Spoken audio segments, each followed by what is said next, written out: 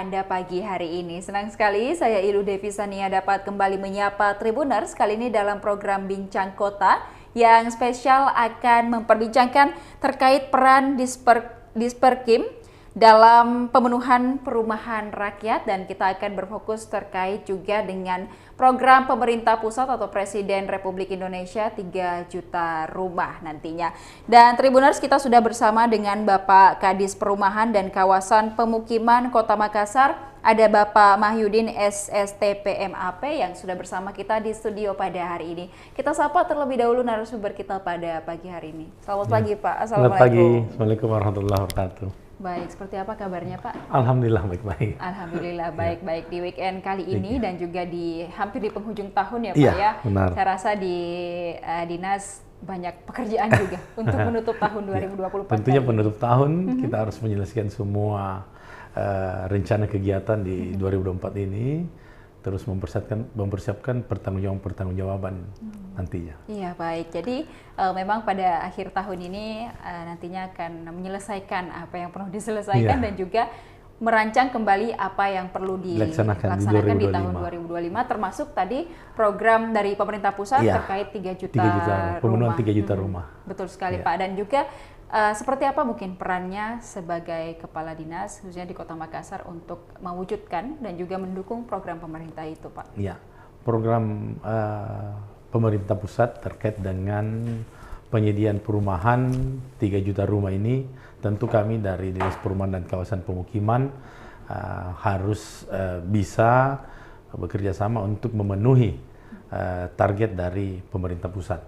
Ya, beberapa hal yang harus kami siapkan yaitu terkait dengan kemitraan-kemitraan ya, yang mana dalam pemenuhan ini kami selaku pihak pemerintah daerah ya mendorong mitra-mitra yang membangun perumahan untuk bisa melaksanakan kegiatannya pemenuhan dari kebutuhan perumahan bagi masyarakat Kota Makassar. Ya, baik Pak. Dan nantinya kalau di Kota Makassar sendiri memang secara kebutuhan begitu Pak terkait perumahan dan juga pemukiman yang layak huni di Makassar ini sudah memenuhi kah atau memang butuh 1 juta dari 3 juta perumahan itu? Ya, perlu kita ketahui bahwa program dari pemerintah pusat 3 juta rumah ini seluruh Indonesia setiap tahun itu 1 juta rumah untuk perkotaan dan 2 juta rumah untuk di pedesaan. Yang 1 juta ini tentunya dari kebutuhan pemerintah Kota Makassar, terkhusus warga Kota Makassar terhadap perumahan itu masih berada di kisaran kurang lebih 91.900 rumah yang dibutuhkan oleh masyarakat Kota Makassar. Baik, itu termasuk pemukiman kumuh juga kah, atau juga rumah tidak layak huni atau itu termasuk dengan kebutuhan perumahan yang layak huni bagi masyarakat. Iya baik, dan kalaupun nanti program ini dijalankan di 2025, mungkin di Kota Makassar sendiri apakah nanti bentuknya itu adalah dalam bentuk perumahan yang vertikal atau memang landed house atau seperti apa? Iya, pemenuhan perumahan bagi masyarakat karena kita di Kota Makassar untuk lahan perumahan ini sudah berkurang ya, diarahkan untuk membangun perumahan itu pemenuhan perumahan itu dibangun dalam bentuk vertikal ya, baik itu dalam bentuk apartemen, baik itu rusunawa ya, karena konsep untuk perumahan landed di Kota Makassar ini tahun bertahun pasti akan berkurang. Walaupun masih ada teman-teman atau rekan-rekan developer membangun secara landed. Ya. Dari pemenuhan ini yang kami sampaikan tadi kurang lebih 91.000 yang merupakan backlog kebutuhan perumahan di Kota Makassar, dan ini harus bisa dipenuhi. Iya baik, dan juga itu untuk 91.000 itu Pak, apakah memang survei per tahun ini atau per berapa tahun belakangan, dan untuk tahun ini Pak pemenuhan dari kekurangan 91.000 rumah itu seperti apa? Ya, pemenuhan kekurangan rumah ya, dan untuk tahun ini Pertama, tentunya peran serta dari seluruh stakeholder yang terkait. Pertama dari masyarakat sendiri, yang kedua dari mitra, dalam hal ini para developer, yang ketiga dari pihak perbankan, ya, yang keempat tentunya lembaga yang menaungi masyarakat dalam menaungi developer ini, dalam hal ini REI itu sendiri, untuk mendorong bagaimana para mitra bisa membangun perumahan yang layak huni dan terjangkau bagi masyarakat, ya seperti itu. Iya, baik. Ya. Jadi untuk pelibatan swasta sendiri Pak seperti apa mungkin juga? Pelibatan swasta sendiri nantinya ya dalam pemenuhan perumahan di Kota Makassar tentunya kami mempermudah baik itu dari segi perizinan ya ke depan, adanya regulasi yang mengatur untuk pemenuhan program ini. Ya, seperti kita bersama ada SKB 3 Menteri Dalam Negeri, Menteri Perumahan dan Menteri PU terkait dengan percepatan pembangunan program 3 juta rumah ini, ya, di mana diharapkan bahwa nantinya pemerintah daerah memberikan kemudahan bagi mitra atau developer untuk memenuhi program 3 juta rumah ini dalam bentuk pertama insentif dalam hal pengenaan BPHTB, ya, terus ada kemudahan dalam pemberian izin membangun atau yang kita kenal dulu IMB, sekarang PBG, ya itu. Kemudahan-kemudahan ini diberikan kepada teman-teman para developer sehingga program dari pemerintah ini bisa berjalan sesuai apa yang kita harapkan.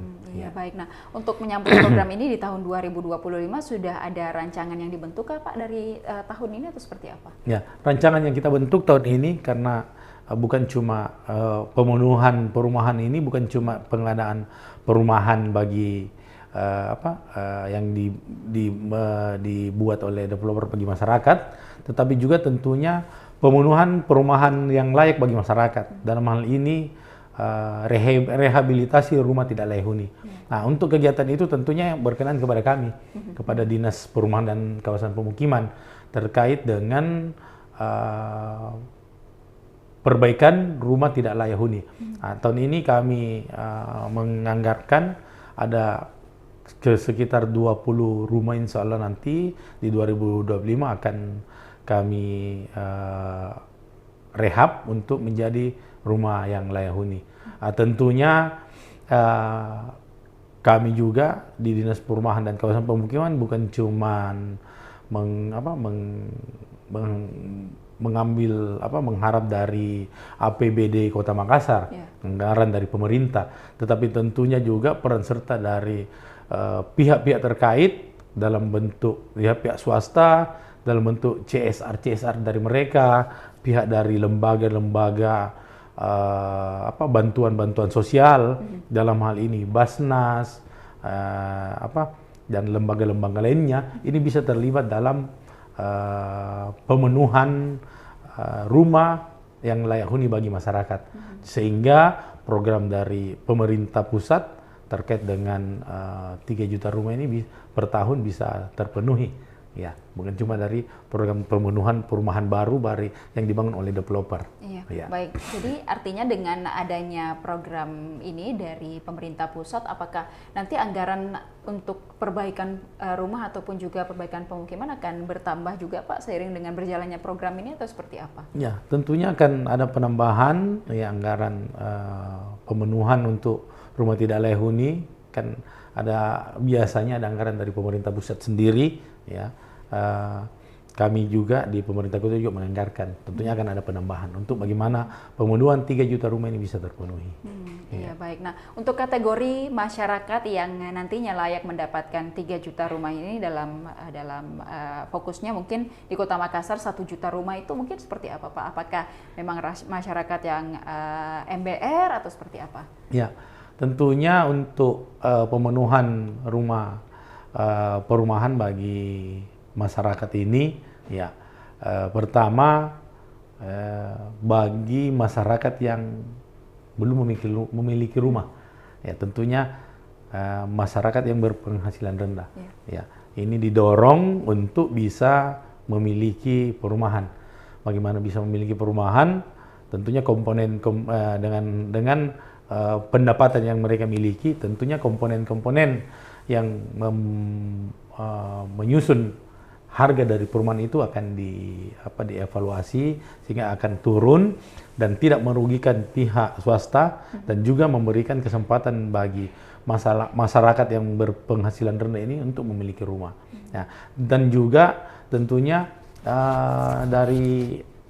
untuk masyarakat yang berpenghasilan rendah juga yang beraktivitas di wilayah Kota Makassar, sudah kami pernah sempat juga sampaikan di podcast ini bahwa kami dari pemerintah Kota Makassar mendorong untuk adanya pembangunan rusunawa, ya untuk sudah mengajukan kepada pemerintah pusat untuk pembangunan rusunawa yang berada di wilayah Kota Makassar.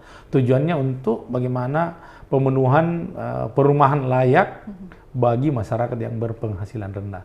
Nah, itu program yang dengan ditambah lagi program perbaikan rumah yang layak huni bagi masyarakat yang berpenghasilan rendah yang sudah memiliki rumah, tetapi berdasarkan hasil survei kami rumahnya tidak layak untuk dihuni. Nah, ini nantinya akan masuk dalam program RTLH atau orang yang biasa kita sebut bedah rumah. Nah, program ini nanti tentunya ada persyaratan-persyaratan. Persyaratannya itu tentu pertama lahan adalah milik mereka, ya. Nah, baik itu bersertifikat, ya, sebaiknya bersertifikat untuk memiliki alas hak bukti kepemilikan, ya. Yang kedua bersedia berswadaya untuk membangun rumahnya sendiri. Berarti memang tidak sepenuhnya dari pemerintah. Tidak sepenuhnya dari pemerintah. Pemerintah mungkin nanti hanya menyiapkan bahannya, mereka berswadaya untuk bagaimana membangun rumah ini, rumah mereka sehingga layak huni, ya seperti itu. Berarti nanti pada saat membangun ini rumah layak huni bagi masyarakat dan juga program 3 juta rumah itu tidak sepenuhnya rumah baru begitu ya Pak? Iya, ada juga yang direnovasi? Iya, tidak sepenuhnya rumah baru. Intinya dalam hal program pemerintah pusat pemenuhan program 3 juta rumah ini adalah 3 juta rumah yang layak huni bagi masyarakat. Nah, tujuannya adalah ya itu tadi karena jumlah kebutuhan perumahan di Kota Makassar ini sangat meningkat. Ya tentunya itu juga harus seiring dengan pemenuhan kepada masyarakat. Ya, baik. Dan juga Pak terkait rumah yang tidak layak huni utamanya di Kota Makassar sendiri, kalau Bapak sebagai kepala dinas melihat apa kira-kira kendala di Kota Makassar sendiri? Nah, kendala kita di Kota Makassar terkait dengan rumah yang tidak layak huni pertama banyaknya bangunan yang terbangun di lokasi yang bukan merupakan milik dari yang tinggal di situ. Ya, ada beberapa. Ya, ada beberapa kawasan. Mereka tinggal di kawasan sepanjang bantaran sungai, ya, bantaran kanal. Ya, ini tentunya kawasan-kawasan ini dalam hal pemenuhan rumah layak huni, ya ada beberapa yang layak dan ada beberapa yang tidak layak. Ya, berdasarkan hasil survei kami, kurang lebih untuk RTLH di Kota Makassar ini dari kawasan-kawasan tersebut ada kurang lebih sekitar 200 sampai 300, kurang lebih 200 sampai 300 rumah yang tidak layak huni di Kota Makassar.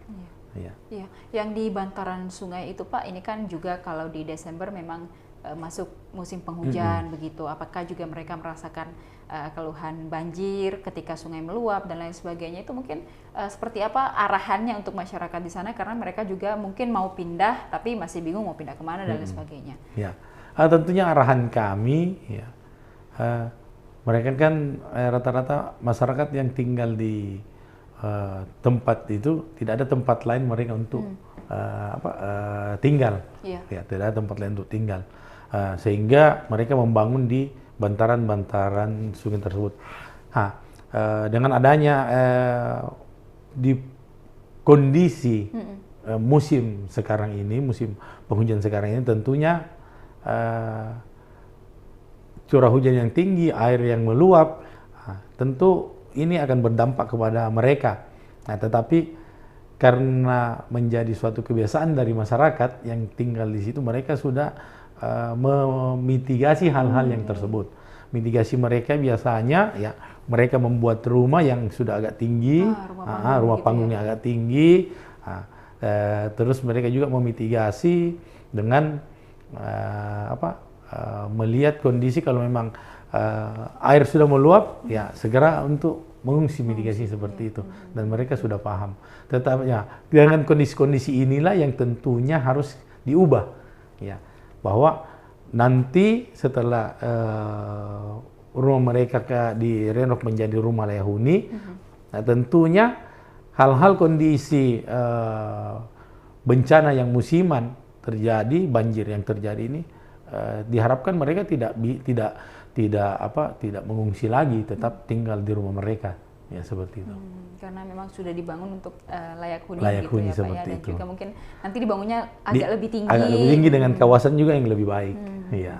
Iya, baik. Dan juga untuk masyarakat yang berada atau tinggal di pinggir-pinggir sungai atau bantaran sungai itu, apakah mereka tidak pernah menyampaikan keluhan begitu Pak, atau seperti apa ke dinas terkait dan pemerintah terkait mungkin? Tentunya keluhan-keluhan dari masyarakat yang tinggal di bantaran sungai, bantaran kanal ini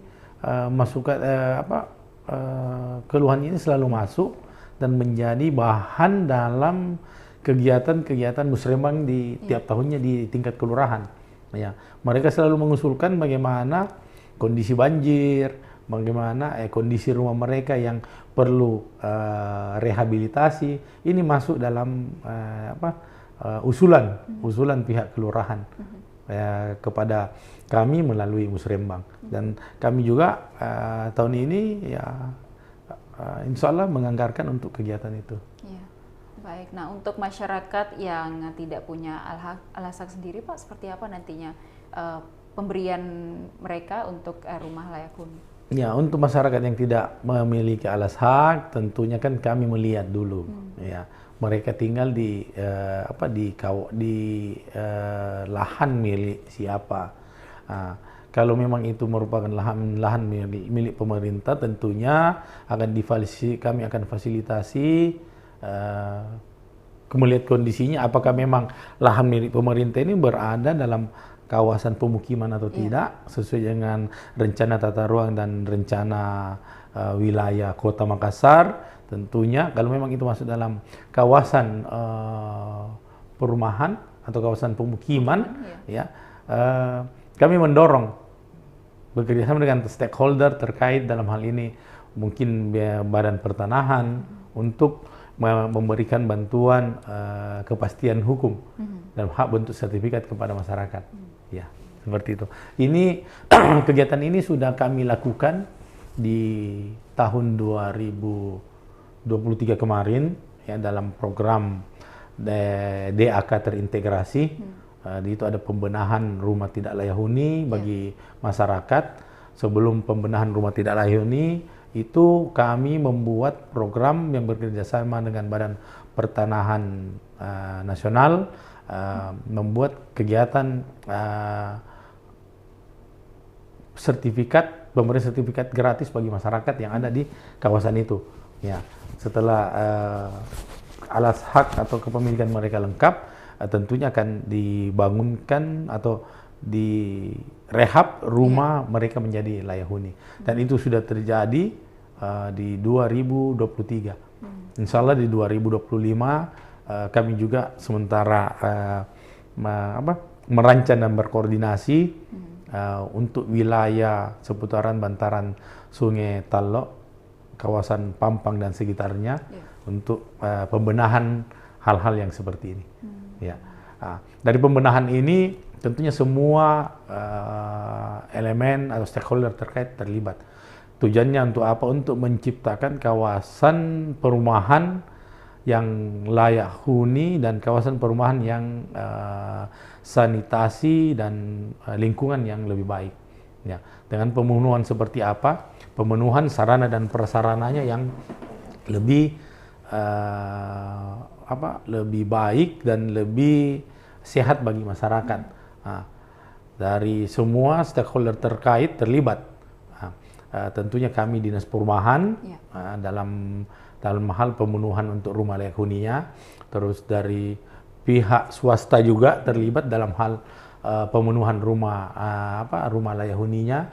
Itu baik itu kami mengambil dari CSR, bantuan-bantuan sosial dari masyarakat yang dikumpul oleh lembaga-lembaga bantuan sosial. Melalui itu untuk kegiatan pemenuhan rumah yang tidak rehabilitasi rumah tidak layak huni. Yang kedua untuk jalanan lingkungannya, tentunya dari Dinas PU, saluran instalasi pembuangan air limbah yang layak tentunya dibuat nanti akan dibangunkan oleh Dinas PU sendiri. Lampu jalan disiapkan oleh Dinas Perhubungan, penyiapan lingkungan yang ramah, asri, tertata, pengelolaan sampah yang baik disiapkan oleh Dinas Lingkungan Hidup, penyediaan air bersih disiapkan oleh PDAM Kota Makassar bekerja sama dengan Dinas PU. Tentunya ini semua keterlibatan dari seluruh stakeholder. Itu namanya terintegrasi. Terintegrasi karena untuk menciptakan suatu kawasan pemukiman atau perumahan yang layak huni bagi masyarakat, tentunya bukan cuma rumah yang layak huni, memenuhi standar kelayakan rumah layak huni, tetapi kondisi lingkungan juga itu harus layak huni. Layak huni. Maka untuk memenuhi kebutuhan ini tentunya bukan cuma keterlibatan kami dari Dinas Perumahan, seluruh stakeholder yang terlibat, seluruh dinas yang terkait di Kota Makassar harus terlibat untuk menciptakan kawasan. Bukan cuma yang saya katakan, Dinas Pemadam Kebakaran juga harus hadir untuk menyiapkan, memitigasi terjadinya bencana-bencana kebakaran di wilayah tersebut. Karena kan biasanya wilayah-wilayah yang padat penduduk yang seperti ini rawan terjadi kebakaran. Itulah yang terjadi di 2023 kami buat di kawasan bantaran Kanal Jongaya yang ada di Kelurahan Bontoran. Kami mencoba di 2025 kami usulkan supaya bisa kepada pemerintah pusat supaya bisa terjadi di 2026, bisa dilaksanakan di 2026. Seperti itu. Baik, dan juga Pak, tadi kita sudah bahas terkait masyarakat yang tinggal di bantaran sungai dan tidak punya alasan dan ditinjau apakah ini dia tinggal di lahan milik pemerintah yang memang layak untuk menjadi pemukiman atau seperti apa, sudah diberikan seperti apa nanti jalan keluarnya begitu. Nah, kalau misalnya ada masyarakat yang tinggal di atau di rumahnya itu atau tanahnya itu bukan milik dia tapi milik keluarganya, misalnya milik sepupu, kerabat dekat dan seperti apa, itu nanti seperti apa Pak? Ya, untuk milik keluarga tentunya kan ada pengaturan ke dalam. Pengaturan ke dalam antara pihak keluarga terkait dengan apakah pihak keluarga ini ingin memberikan atau menghibahkan kepada keluarganya, sehingga keluarga yang tinggal di lahan ini bisa mendapatkan lahan perumahan dan bisa dibangunkan rumah yang layak huni. Tentunya ini juga kami bisa memfasilitasi selama pihak-pihak yang pemilik lahan ini bisa kerjasama dengan keluarga yang tinggal di lokasi tersebut. Intinya di sini dibutuhkan peran serta dari masyarakat. Masyarakat itu bukan cuma yang tinggal di situ, tetapi masyarakat itu pemilik lahan di situ juga tentunya yang tinggal di situ. Siapa tahu juga ada warga yang memiliki lahan yang luas terus menghibahkan kepada masyarakat yang belum memiliki rumah dalam posisi bahwa masyarakat ini yang berada dalam masyarakat yang berpenghasilan rendah, ya, kami juga bisa siap memfasilitasi.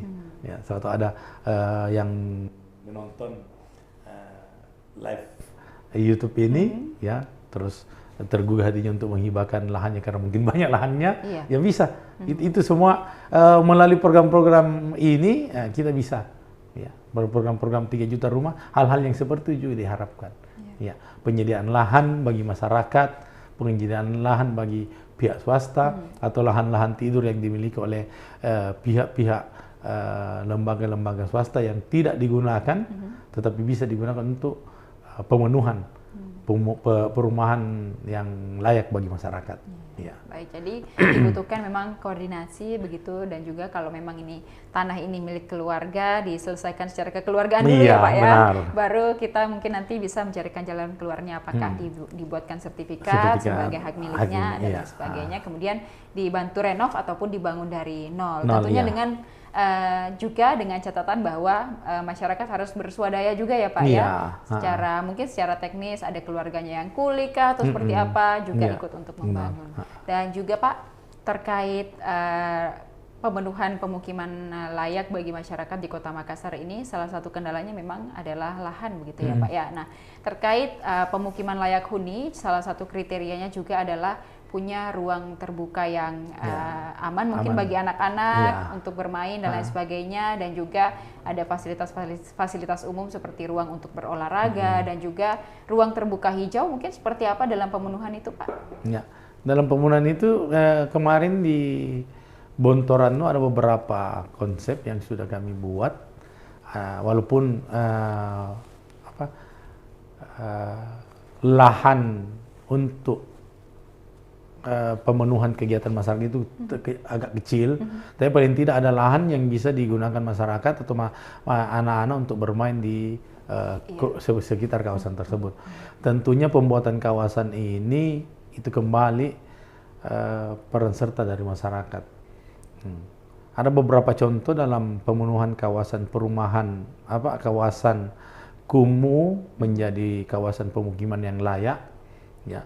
Contoh di Solo itu ada kawasan yang mereka kembangkan, itu tanah milik masyarakat. Pemerintah hanya merelokasi mereka untuk sementara, dikasihkan teknologi untuk pindah, untuk sewa rumah sementara. Setelah itu dibangun kembali oleh pemerintah, pemerintah daerah membangun kembali rumah kawasan tersebut. Setelah dibangun melalui bukan cuma melalui dana pemerintah, melalui dana CSR, dana dari bantuan sosial, ini semua digunakan. Ya, itu terbangun kurang lebih 136 rumah. Ya, seperti akhirnya kawasan itu yang mana dulunya kumuh menjadi kawasan perumahan yang layak huni, mirip seperti kawasan-kawasan perumahan yang ada di kota-kota. Walaupun perumahannya itu masuk dalam tipe 36, tetapi dari standar perumahan yang layak huni itu sudah memenuhi standar. Kawasan bermain ada, ruang terbuka hijau ada, beberapa kawasan-kawasan yang dibuat. Tentunya pemenuhan hal ini yang kami diskusikan kemarin dengan pemerintah Surakarta, kami lihat bagaimana kiat-kiatnya.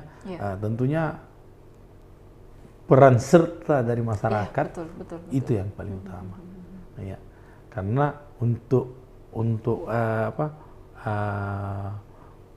meratakan kawasan itu, semua bangunan yang ada di atas dihilangkan dulu, diratakan dulu, dipugar dulu semua, baru bangun kawasan yang baru. Kan itu butuh kesadaran dari masyarakat, peran serta dan keinginan dari masyarakat. Kalau ada kawasan yang seperti ini ingin bisa dibuat seperti itu, menjadi kawasan yang lebih layak, ya tentunya memberikan kemaslahatan bagi masyarakat. Dan apa yang masyarakat dapat di sana, ya mereka memperoleh kepastian karena memperoleh sertifikat yang dulunya tidak memiliki sertifikat.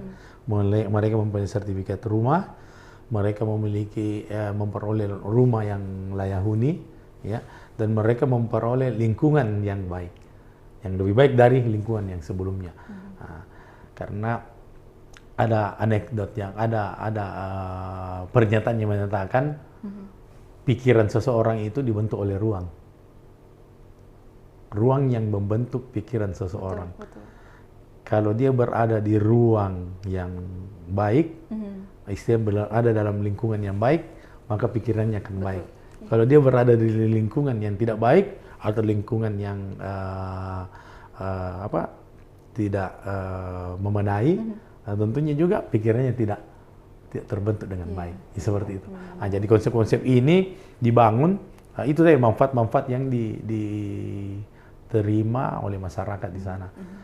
Mudah-mudahan juga konsep ini bisa kami buat di kawasan-kawasan pemukiman kumuh yang ada di Kota Makassar, sehingga pemenuhan perumahan yang layak bagi masyarakat bisa segera terpenuhi. Iya.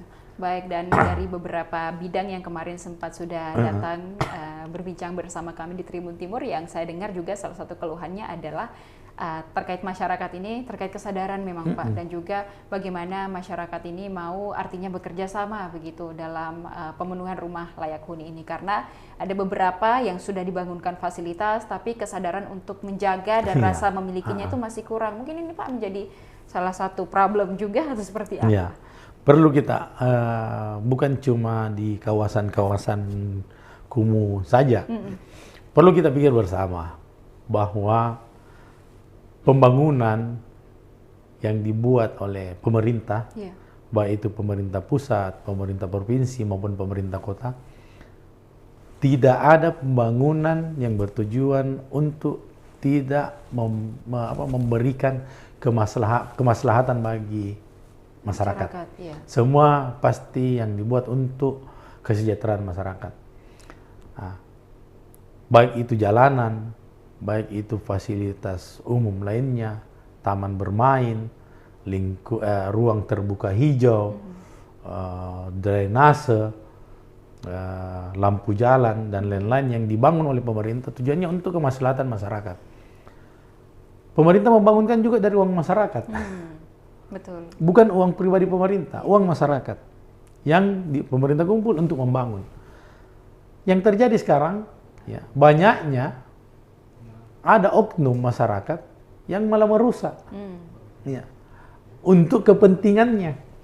Ya, tentunya kan ini kita harus saling menjaga. Pemerintah sudah membangun, masyarakat secara sadar menjaga apa yang sudah dibangun oleh pemerintah. Kalau ini terbentuk, tentunya kesadaran masyarakat harus ada. Yang terjadi kan banyak sudah dibangun oleh pemerintah, dicat baik-baik tembok atau ruang terbuka hijau sudah ditata dengan baik. Dicoret-coret, dibuatkan grafiti, kata-kata. Ini kan memberikan bahwa tentunya pemerintah akan kembali membenahi. Iya, dicat lagi dong pastinya. Dan kalau dicat kembali kan pakai uang apa? Iya, uang masyarakat juga yang dipakai. Yang harusnya digunakan di tempat lain, akhirnya dicat pakai di situ. Nah, makanya itu peran serta masyarakat dalam menjaga hal yang sudah dibangun oleh pemerintah itu sangat penting. Iya. Itu sangat penting. Dan tujuannya adalah untuk kesejahteraan masyarakat, ya, seperti itu. Berarti memang pada saat pembangunan fasilitas ini ya juga itulah tadinya kita membutuhkan swadaya dari masyarakat agar rasa memilikinya itu tumbuh begitu. Benar. Pak ya. Itulah kalau di dalam program RTLH ini, rehabilitasi rumah tidak layak huni, sebelum kami kan ada tahapan sosialisasi. Di tahapan sosialisasi sebelum kami melaksanakan kegiatan ini, kami sudah menyampaikan kepada masyarakat, ya, harus ada nilai swadaya dari kegiatan ini. Mereka harus menyiapkan nilai swadaya untuk mereka sendiri, bukan nilai swadaya, nilai swadaya itu kepada kami, kepada mereka sendiri. Nilai swadaya ini tujuannya untuk apa? Tujuannya bahwa kami bangun rumah kami sendiri ini walaupun dibantu oleh pemerintah, tetapi ini ada hasil jerih payah kami di dalamnya. Iya, betul. Ya, jadi seperti yang Mbak Devi tadi sampaikan, bahwa rasa memiliki masyarakat itu ada. Iya, oh ini saya juga yang kerja, saya juga yang bangun. Masa saya yang kerja yang bangun, saya tinggal di sini, saya tidak mau lebih baik. Depan rumahku sudah diperbaiki jalannya, masa saya tidak mau jaga. Nah, itu yang diharapkan. Hal-hal yang seperti itu tumbuh harus masyarakat. Iya.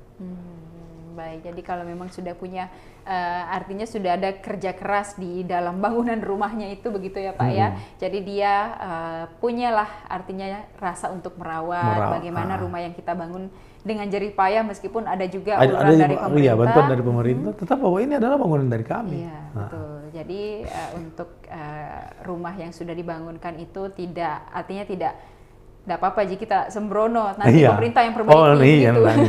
Nah, tentunya mereka harus membangun sesuai dengan apa yang sudah kami standarkan. Nah, seperti ini bangunannya. Ya, tidak boleh mereka juga membangun bukan asal membangun sesuai keinginan mereka, tidak. Harus sesuai dengan apa yang sudah kami standarkan. Iya. Baik, dan dalam pendekatan dengan masyarakat mungkin Pak, seperti apa mungkin tantangannya? Ya, pendekatan dengan masyarakat tentunya banyak pengalaman-pengalaman suka duka terkait dengan kegiatan-kegiatan rehabilitasi atau pengadaan perumahan yang layak bagi masyarakat. Ya, ada yang menolak, masih ada juga yang menolak. Ada juga yang ingin menambah, tetapi menurut kami sudah sesuai. Ya, ada juga mereka yang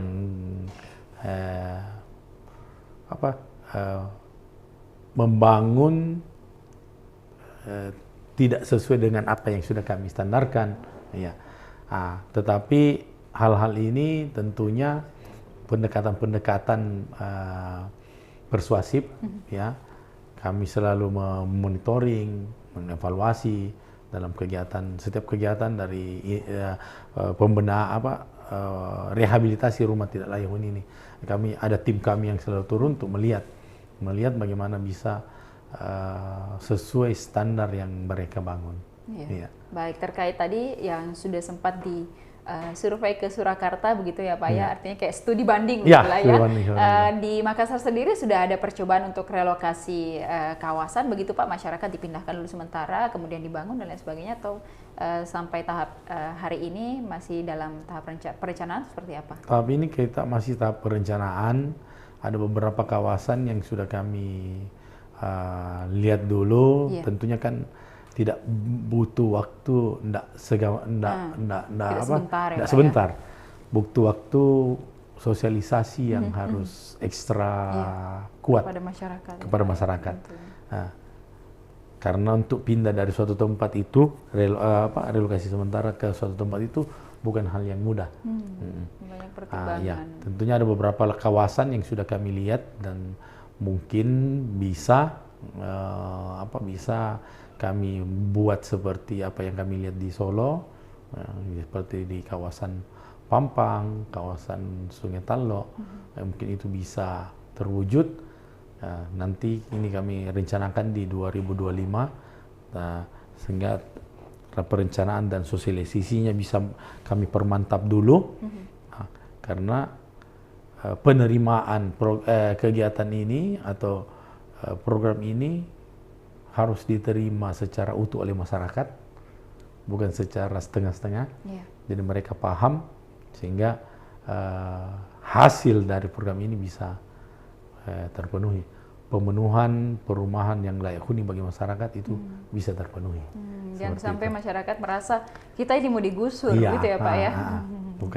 Bukan penggusuran, tidak ada lagi penggusuran, yang ada adalah penataan. Iya, betul. Jadi untuk memindahkan atau merelokasi masyarakat dari suatu pemukiman ke mungkin rumah rusun sementara atau seperti apa, mungkin nantinya akan ada penolakan begitu ya Pak ya? Seperti apa? Pastinya ada.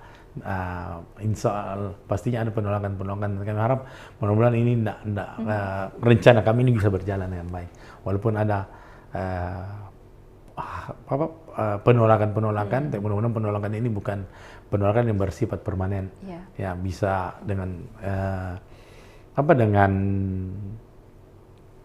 pemberian informasi, pemberitahuan, ya mereka paham. Ya, Tapi ini kan baru kita tahap perencanaan, ya belum tahap sosialisasi. Kami akan rencanakan dulu kawasannya, terus kami akan ajukan, dan setelah diajukan, kami sosialisasikan dulu seperti itu. Dan tentunya sudah ada beberapa lokasi yang sudah dibidik Ya, gitu ya Pak ya. Ini sudah nantinya ada, akan ya. kita laksanakan relokasi, kemudian juga perlahan-lahan memberikan pemahaman kepada masyarakat biar mereka mau artinya pindah dulu sementara demi kemaslahatannya nanti, betul sekali. Dan juga Pak, terakhir mungkin untuk mewujudkan 3 juta rumah per tahun nanti, apa yang ingin Bapak sampaikan kepada masyarakat dan juga pihak-pihak terkait yang tentunya nanti akan ikut bekerja sama untuk menciptakan pemukiman yang lebih layak huni. Ya. Terima kasih. Dalam hal program pemerintah 3 juta rumah ini, kami mengharap kepada masyarakat bahwa pemenuhan perumahan bagi yang layak bagi masyarakat itu adalah cita-cita dari pemerintah dengan melalui program pemenuhan 3 juta rumah setiap tahunnya. Kami harap kegiatan ini bisa berjalan bersinergi dengan seluruh stakeholder yang terkait yang dinamakan gotong royong perumahan. Dengan gotong royong perumahan ini, pemerintah bukan berdiri sendiri untuk memenuhi perumahan yang layak bagi perumahan yang layak bagi masyarakat, tetapi juga seluruh stakeholder yang terkait, mitra developer itu sendiri, masyarakat, akademisi, NGO, lembaga perbankan, BUMN, BUMD, dan seluruh stakeholder yang terkait untuk menciptakan pemenuhan 3 juta rumah bagi masyarakat yang layak di Kota Makassar. Ya, mungkin itu. Iya, baik, dan tentunya juga butuh peran serta dari masyarakat ya Pak ya, untuk sama-sama, terutama terkait kesadaran begitu. Kalau sudah dibangunkan fasilitas, mohon kiranya untuk sama-sama dijaga begitu, karena untuk membangun bisa saja membangun, tapi untuk memeliharanya ini yang lebih susah gitu ya Pak ya. Benar. Baik, terima kasih Pak sudah berkunjung ke kasih. Tribun Timur untuk kesekian kalinya begitu ya Pak ya, berbincang bersama kita dalam program Bincang Kota. Semoga di rekan-rekan di dinas dapat bekerja dengan baik, menutup tahun dengan laporan yang tepat waktu dan juga tepat laporannya tepat begitu ya Pak ya, dan juga merancang kembali program-program terutama juga terkait program 3 juta rumah per tahun dari pemerintah nanti di tahun 2025. Semangat menghadapi akhir tahun dan semangat menghadapi tahun yang baru nantinya. Terima kasih Pak, sehat selalu. Dan juga terima kasih kepada Tribuners sudah menyaksikan program kita pada pagi hari ini. Jangan lupa untuk tetap saksikan program-program menarik lainnya hanya di kanal YouTube dan Facebook Tribun Timur, mata lokal menjangkau Indonesia. Saya Ilu Devisania berserta dengan narasumber dan juga seluruh kerabat kerja pamit undur diri. Terima kasih dan sampai jumpa.